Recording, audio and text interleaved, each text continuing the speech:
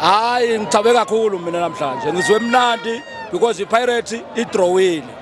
labantu laba basembarase kakhulu bashaya 3 notes abasashayina 1 note today ngabe sibavele today uyabona sabane sabanika igoli eli1 but namhlanje ngijabule kakhulu because sidrawile iPirates funa ukutshela into one iyothatha mande iyothatha ileague hluzana Mandela avuka emangethi inyawo ngilesikhathi iPirates yothatha ileague khona la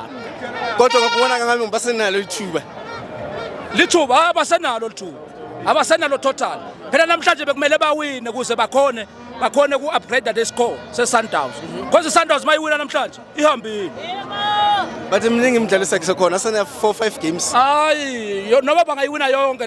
leseli imidlalo asanandaba noma bangayiwina ngoba vele bathanda kuthenga bo-ref namhlanje bebalethe abongile Tom enamasimba lapha ref into lengekho wrong le-right my apology ka language and then ubona njani umdlalo wethu olandelayo umdlalo olandelayo we-Chiefs hayi siyowina